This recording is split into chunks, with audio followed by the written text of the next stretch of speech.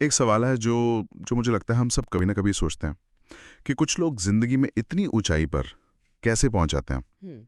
जबकि बाकी लोग मतलब कोशिश करने के बावजूद वहीं के वहीं रह जाते हैं।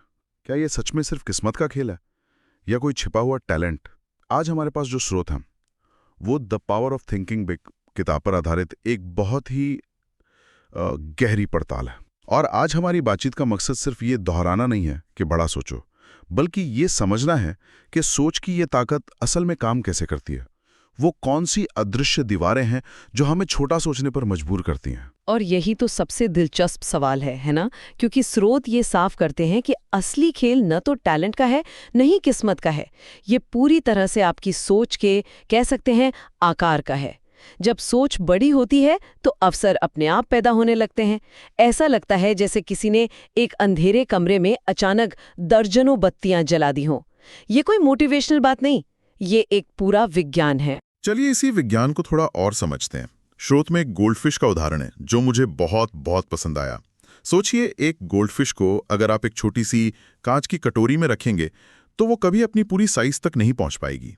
चाहे उसमें कितनी भी क्षमता क्यों न हो। हाँ, वो कटोरी ही उसकी दुनिया, उसकी सीमा बन जाती है। और वो मछली कभी जान भी नहीं पाएगी कि वो इससे कहीं ज्यादा बड़ी हो सकती थी। बिल्कुल। लेकिन अगर उसी मछली को एक बड़े तालाब में छोड़ दिया जाए तो वो अपनी पूरी क्षमता तक बढ़ सकती है। स्रोत कहता है कि इंसान का मन भी काफी हद तक ऐसा ही है। हमारी सोच ही वो कटोरी या तालाब है। ये एक बहुत शक्तिशाली रूपक है। और ये छोटी और बड़ी सोच का जो फर्क है वो बहुत गहरा है। छोटी सोच हमेशा समस्याओं पर, कमियों पर, डर पर ध्यान देती है। मेरे पास संसाधन नहीं है, मुकाबला बहुत ज्यादा है। ये सोच इंसान को एक तरह के सर्वाइवल मोड में रखती है, जहां दिमाग का पूरा जोर सिर्फ खतरों से बचने पर है, नए रास्ते बनाने पर नहीं। तो दिमाग एक तरह से बंद हो जाता है हाँ। नई संभावनाओं के लिए। हाँ बिल्कुल, वो सिर्फ बचाव कर रहा होता है। जबकि बड़ी सोच वो इसके ठीक उलट काम करती है। बड़ी सोच ये नहीं पूछती कि ये होगा या नहीं, बल्कि पूछती है कि ये कैसे होगा। सिर्फ ये एक सवाल, कैसे, दिमाग को सर्वाइवल मोड से निकालकर संभावना मोड में ले आता है। अचानक दिमाग को समाधान दिखने लगते हैं, उसे नए रास्ते सूझने लगते हैं। और इसका सबसे बड़ा और मतलब तुरंत असर हमारे आत्मविश्वास पर पड़ता होगा ना। जब कोई व्यक्ति खुद को अपनी किस्मत बनाने वाले के तौर पर देखने लगता है तो उसका पूरा नजरिया ही बदल जाता है। बिल्कुल। इसीलिए इस बातचीत का पहला और सबसे जरूरी सबक यही है। जीवन की सबसे बड़ी लड़ाई किसी बाहरी प्रतियोगी से नहीं, बल्कि उस छोटी मानसिकता से है जो हमें बार बार उस कांच की कटोरी में वापस खींच लाती है। हर बड़ी उपलब्धि, चाहे वो विज्ञान में हो, कला में हो या व्यापार में, पहले एक बड़ी सोच के रूप में ही जन्म लेती है। तो अगर हमारी सोच ही हमारी असली सीमा है, इसका मतलब तो ये भी हुआ कि हम खुद को किस नजर से देखते हैं, ये सबसे ज्यादा मायने रखता है। क्योंकि अगर हम खुद को ही छोटा देखेंगे तो सोच बड़ी कैसे होगी। आपने बिल्कुल सही नस पकड़ी है। ये इस चर्चा का अगला और शायद सबसे शक्तिशाली बिंदु है। दुनिया हमें ठीक उसी नजर से देखती है जिस नजर से हम खुद को देखते हैं। ये कोई फलसफा नहीं, ये मनोविज्ञान है। मैंने महसूस भी किया है, कुछ लोग जब कमरे में आते हैं तो उनकी मौजूदगी अलग ही महसूस होती है। उनकी बातों में, उनके चलने के ढंग में एक वजन होता है। ऐसा लगता है कि वे जहां पहुंचना चाहते हैं वहां खुद को पहले से ही देख रहे हैं। और दिलचस्प बात यह है कि ये सिर्फ आत्मविश्वास की बात नहीं है। विज्ञान में इसे बिहेवियरल कन्फर्मेशन कहते हैं। इसका मतलब है कि जब आप खुद को एक लीडर या एक सफल इंसान मानते हैं तो आप अनजाने में ही ऐसे छोटे छोटे फैसले लेते हैं। जैसे सीधे खड़े होना, आंखों में देखकर बात करना, हाँ, अपनी बात को स्पष्टता से रखना। और ये चीजें दूसरों को आपको वैसा ही मानने पर मजबूर कर देती हैं। ये एक साइकोलॉजिकल लूप है। आपकी सोच आपके व्यवहार को बदलती है और आपका व्यवहार दूसरों की सोच को बदलता है, जिससे हमारी पहली सोच और भी पक्की हो जाती है। वाह, बिल्कुल। ये तो कमाल का आइडिया है। मतलब ये सिर्फ fake it till you make it नहीं है, बल्कि believe it till you become it जैसा है। स्रोत में सफल व्यक्ति के कुछ गुणों का जिक्र भी है, जैसे वो बहाने नहीं बनाते, अपनी बातों में स्पष्टता रखते हैं। हाँ, और अपनी आदतों में निरंतरता। इसका मतलब दिखावा करना या घमंडी होना नहीं है, बिल्कुल नहीं। इसका असली मतलब है अपने अंदर वे मानक बनाना जिन पर एक शक्तिशाली और सफल इंसान जीता है। सुबह उठने के तरीके से लेकर रात को सोने तक अपने हर एक्शन में अपने भविष्य की झलक देखना। आत्मसम्मान सफलता का पहला दरवाजा है और आत्मविश्वास उसकी चाबी।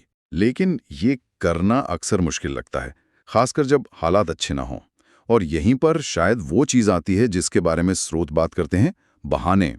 हम खुद को बेहतर मानना तो चाहते हैं, लेकिन हमारा दिमाग हमें 100 बहाने दे देता है कि हम क्यों नहीं कर सकते। हाँ, और ये एक बहुत बड़ा जाल है। जिंदगी में दो तरह के लोग होते हैं। एक वो जो हर मुश्किल में एक नया बहाना ढूंढ लेते हैं, और दूसरे वो जो हर मुश्किल में एक नया समाधान। हमारी सफलता की पूरी दिशा इसी एक चुनाव पर टिकी है। बहानों में एक अजीब सा आराम भी तो मिलता है।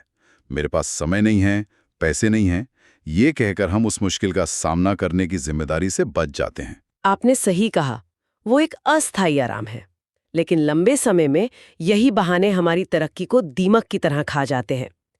जब हम अपने दिमाग को बार बार ये संदेश देते हैं कि हम असमर्थ हैं, तो हमारा दिमाग उसी बात को सच मान लेता है और कोशिश करनी बंद कर देता है। हाँ, बिल्कुल।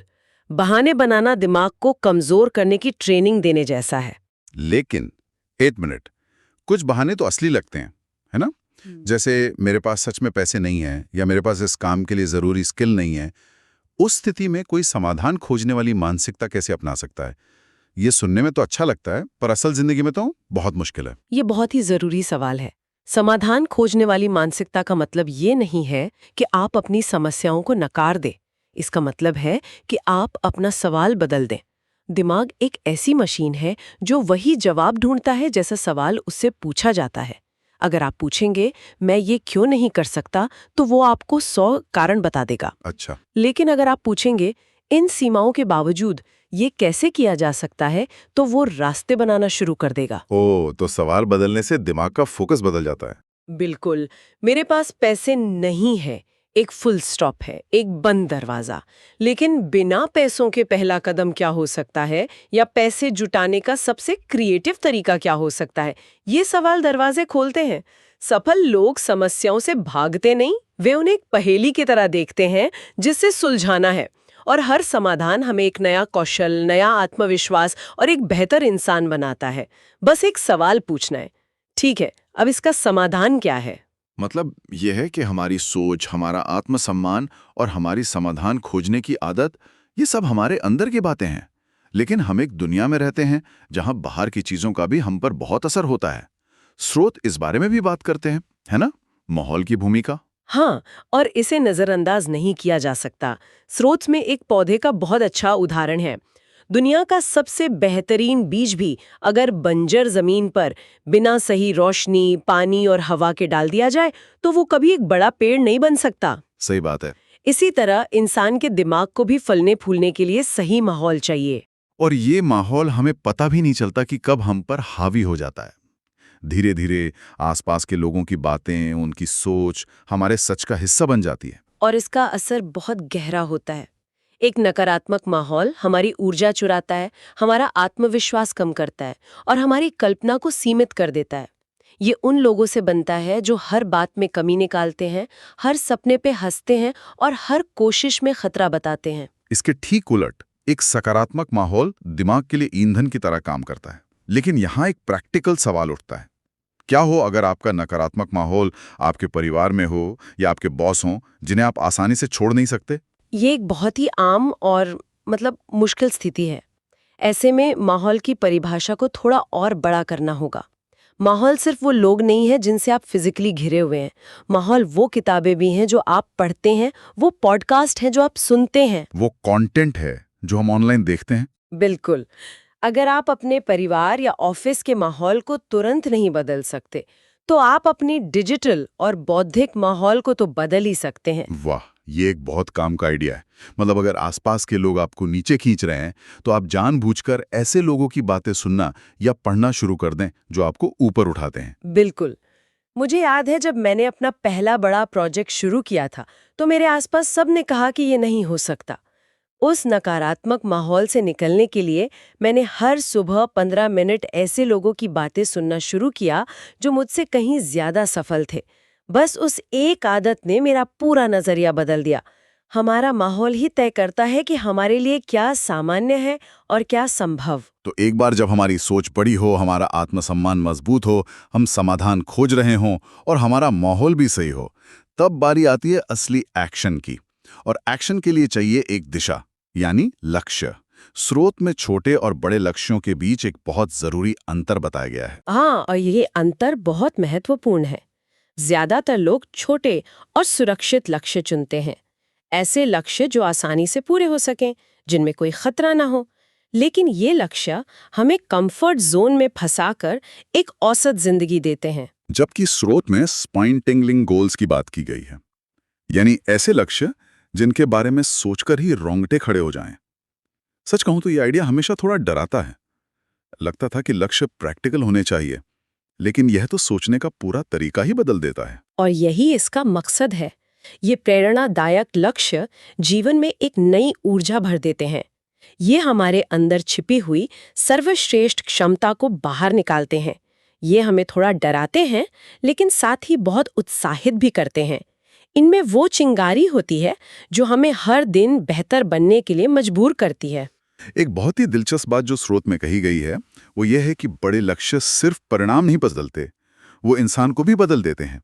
ये कैसे होता है? सोचिए, अगर आपका लक्ष्य अगले महीने 10% ज्यादा कमाना है, तो शायद आप थोड़ा ज्यादा काम करेंगे।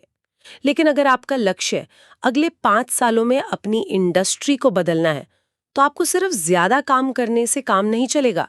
आपको एक नया इंसान बनना पड़ेगा, नई स्किल सीखनी होंगी, नए तरीके से सोचना होगा, ज्यादा अनुशासित बनना होगा। आपकी प्राथमिकताएं बदल जाती हैं, ध्यान भटकना बंद हो जाता है। बड़े लक्ष्य का असली मकसद उस लक्ष्य को पाना नहीं, बल्कि उस प्रक्रिया में वो इंसान बनना है जो उस लक्ष्य को पा सके। और ये भी सच है कि ऐसे लक्ष्य पहले दूसरों को और शायद हमें खुद को भी असंभव लगते हैं। लोग मजाक भी उड़ा सकते हैं। और यही उनकी खासियत है।